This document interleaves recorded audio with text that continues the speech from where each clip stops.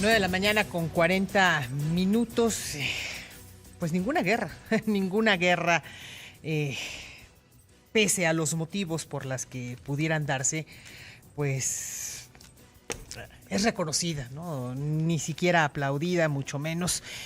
Y para hablar precisamente acerca de los horrores de la guerra, el horror de la guerra, te agradezco, Mario Luis Fuentes. ¿Cómo estás? Muy buenos días.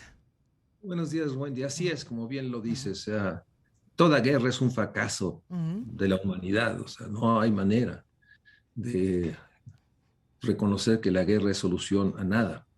Pero lo que también es cierto, y lo tenemos que decir, es que siempre ha habido en algunas partes de nuestras poblaciones, de nuestra población, una fascinación por las armas, una fascinación por este orden marcial, ese ritual militar, esa realidad que a veces hay una banalización de lo que significa el ejército, las Fuerzas Armadas. Y en ese sentido, no podemos más que volver a insistir, la fascinación por las armas, por la violencia, existe.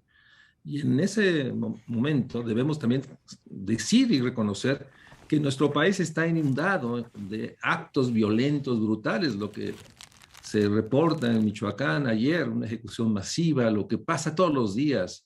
Y estos convoys militares, ya sea en Kiev, en Ucrania, o aquí en Colima, deben generar azoro, un enorme rechazo. No es ni común ni normal, ni debemos normalizarlo el ver convoys militares entrando a las ciudades, sean rusos o sean del ejército mexicano. Por eso hoy sostengo en Excelsior que lo que tenemos que enfrentar es que la guerra y sus instrumentos hay que denunciarlos en todo momento y hay que trabajar para la paz. Y en ese sentido, no puedo más que sentir azoro a la realidad de que muchas de estas generaciones, las X, las Z, han jugado a matar, jugado a destruir y no pasa nada. Y déjame decirlo porque los percibo y lo siento. A veces siento que el presidente está demasiado tiempo acompañado de la estructura militar. Entiendo, pero también sé que es demasiados, probablemente por la época, eventos, actos militares en que tenemos cientos, miles de soldados presentando armas, cientos y miles de trompetas sonando el sonido de la guerra, y no podemos simplemente observarlo sin reaccionar. Hay una fascinación por las armas, por la guerra, y hay también una necesidad de denunciar que la guerra que vivimos aquí, o el conflicto, si quieren decirlo, el conflicto entre unos y otros, y la presencia de las Fuerzas Armadas, también debe generarnos azoro, indignación y una enorme denuncia, porque no es normal los convoyes militares. No es normal tener ejércitos en los aeropuertos, en las aduanas, todas partes. No es normal y no debemos normalizarlo. Pues no, y lo que más llama la atención, Mario Luis, no sé si coincidas conmigo, es que pues antes de que llegaran al poder, pues hablaban precisamente de liberar las calles de militares, ¿no? No a la militarización. Lo que hoy estamos viendo, aun y cuando no lo han reconocido, pues pareciera eso, ¿no? Que se está militarizando el país.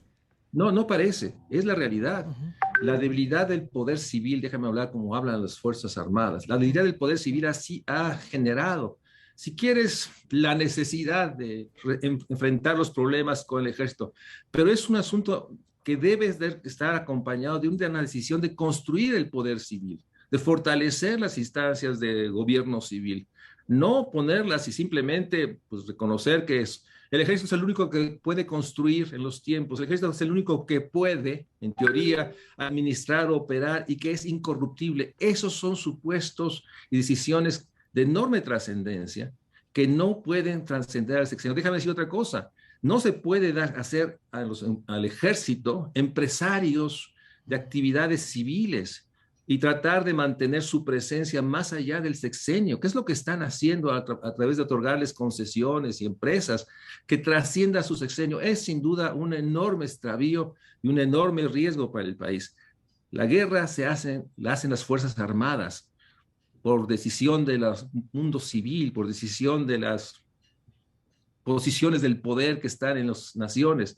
pero no podemos aceptar esa militarización que vemos. Y si hay necesidades urgentes, lo que queremos es un planteamiento de cómo construir poder civil, porque de otra manera, lo que ha hecho el presidente, déjame decirlo tal cual, Andrés Manuel López Obrador, es trascender en dejar el poder militar más allá de su sexenio. Es, sin duda, para mí, la trastocación más grave de la democracia mexicana. No puede condenarnos a tener un ejército empresarial que tenga recursos. En fin, esa es la realidad. Por eso la guerra de Ucrania, que está generando pues azoro, preocupación, nos debe permitir fortalecer nuestro azoro, preocupación e indignación ante la muerte, la destrucción que están viviendo en muchas partes del país. Esta imagen del convoy de gente que sale de algunas localidades de Zacatecas custodiado, es el mismo convoy que estamos viendo en Ucrania. Y tenemos que generar el mismo azoro, indignación y enojo, porque hoy me siento un poco atrapado, porque todo el mundo habla de Ucrania, pero no estamos señalando con la misma dureza lo que pasa aquí en el país. Por lo menos a veces. Pues sí, una situación, como tú dices, ya se está volviendo cotidiana, ¿no? En calles de diferentes municipios en nuestro país y como tú bien lo señalas, pues hay que sentarse a reflexionar con relación a este asunto, ¿no? Hacia dónde vamos a llegar. Hay que hacer que la reflexión y la indignación se convierta en acción y propuesta y exigencia. Si ves el número de muertos de hace unos días, parecía muy similar a los muertos que pasan en nuestro país, los asesinatos, los homicidios, los cadáveres, las enormes realidad de 90,000 desaparecidos, más de 2,000 fosas. Esa es una realidad que no puede estar, digamos, invisibilizada por Ucrania. Toda guerra, toda acción de fuerza sobre otros, toda acción sobre los civiles debe ser indignación.